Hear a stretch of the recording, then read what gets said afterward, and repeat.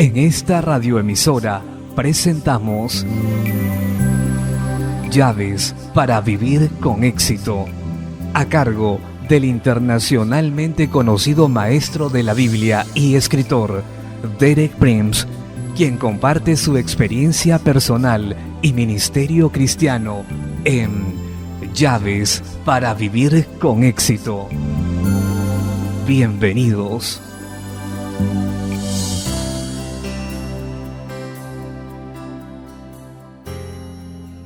Llaves para vivir con éxito presenta El amor de Dios 1, parte 3.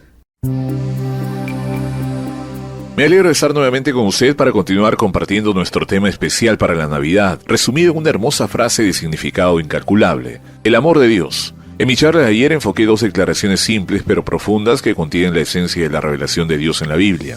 Expliqué que cada frase consiste en 3 palabras muy cortas. La primera se encuentra en la primera epístola de Juan, capítulo 4, versículo 8. Dios es amor. La segunda está en 1 Juan, capítulo 1, versículo 5. Dios es luz. Esas son las dos grandes sumas de la naturaleza de Dios. Dios es amor y Dios es luz. Expliqué que esas dos declaraciones indican una tensión profunda entre el amor y la luz, porque el amor nos atrae. El amor es lo que deseamos, pero la luz nos asusta, nos mantiene alejados. Pablo dice: Dios habita en una luz inaccesible. ¿Cómo podemos resolver esa tensión entre nuestro deseo de amor de Dios y nuestro temor de entrar con nuestra condición pecaminosa en la luz de Dios?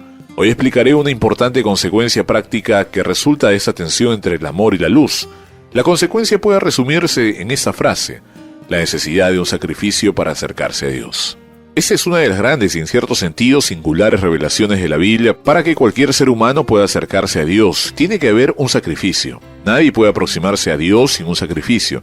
Este sacrificio se refiere a una vida que debe ser entregada como castigo por el pecado del hombre.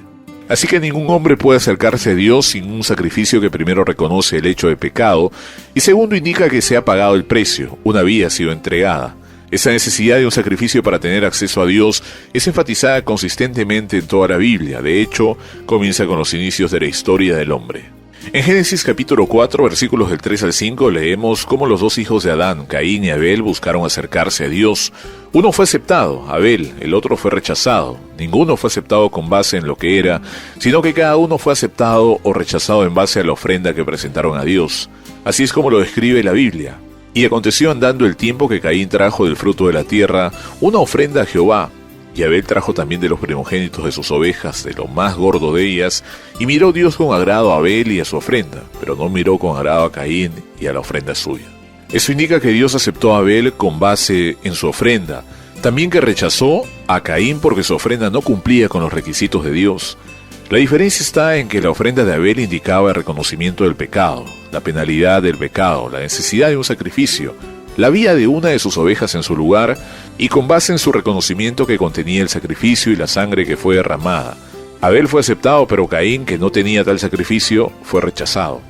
Ese principio continúa en todo el Antiguo Testamento, donde quiera que usted encuentre al hombre acercándose a Dios. En alguna parte implicará que se implica o se indica claramente la necesidad de un sacrificio que es una vida entregada, el reconocimiento del pecado del hombre y su castigo. Es interesante, sin embargo, que esa comprensión de la necesidad de un sacrificio no está limitada al Antiguo Testamento.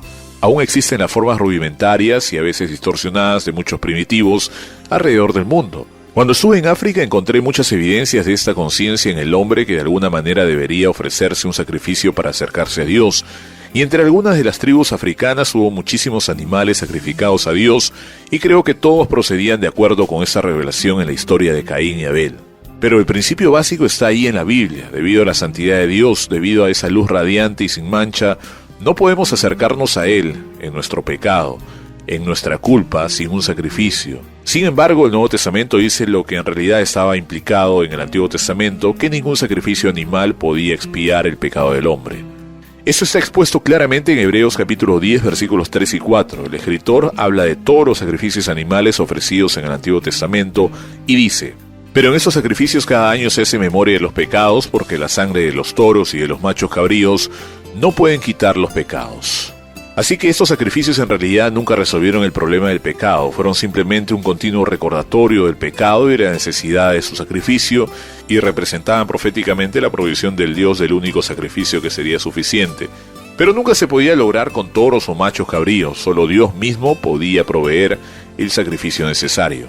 La Biblia revela con respecto a esto que un sacrificio requiere dos cosas, una víctima y un sacerdote. La víctima es lo que se ofrece en el sacrificio. El sacerdote es el que ofrece el sacrificio y la Biblia ofrece ciertos requisitos para ser sacerdote y ofrecer sacrificios. Pero en el último sacrificio Dios mismo proveyó ambas cosas, tanto la víctima como el sacerdote, y lo hizo en una sola persona, Jesucristo.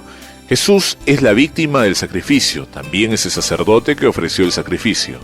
Veamos primero lo que dice el Nuevo Testamento acerca de Jesús como la víctima en Juan capítulo 1, versículo 29.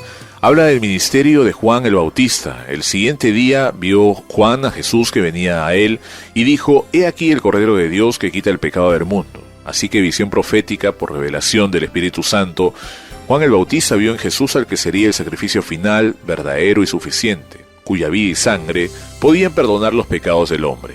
Así que con revelación profética vio a Jesús que venía a él y dijo: «Cordero de Dios que quita el pecado del mundo». El pecado de todo el mundo fue cubierto con un solo sacrificio. Jesús no solo era la víctima, sino también el sacerdote. Es muy importante entender esto. Eso está en Hebreos 9:14, entre dos partes. ¿Cuánto más la sangre de Cristo, el cual mediante el Espíritu Eterno se ofreció a sí mismo sin mancha a Dios, limpiará vuestras conciencias de obras muertas para que sirváis al Dios vivo? Vea que Jesús se ofreció a sí mismo. La palabra que allí se traduce como ofreció es la palabra específica para sacrificio sacerdotal. Cristo no solo fue la víctima, fue el sacerdote. Él fue toda la provisión de Dios para resolver el problema del pecado, para tratar con aquellos que hacen imposible que el hombre se acerque al Dios Santo. Así que vemos aquí la divina resolución de la tensión entre el amor y la luz, entre la santidad y el amor de Dios. El amor de Dios nos acerca, pero la santidad de Dios establece límites que no podemos cruzar hasta que tengamos lo que se necesita, el sacrificio. Pero el amor de Dios en cierto sentido se extendió más allá de su santidad y en la persona de Jesús. Proveyó tanto a la víctima como el sacerdote. Es importantísimo que veamos la absoluta suficiencia de Jesucristo.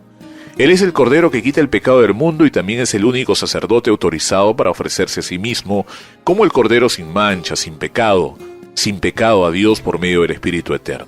Y por medio de ese Espíritu Él sintetizó en sí mismo todos los pecados de los hombres de todas las épocas, pasado, presente y futuro.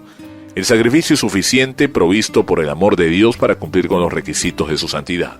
Nuestro tiempo por hoy ha terminado. Regresaré mañana a la misma hora para enfocar ese mismo tema desde otro ángulo, la relación entre el amor de Dios y la santidad de Dios.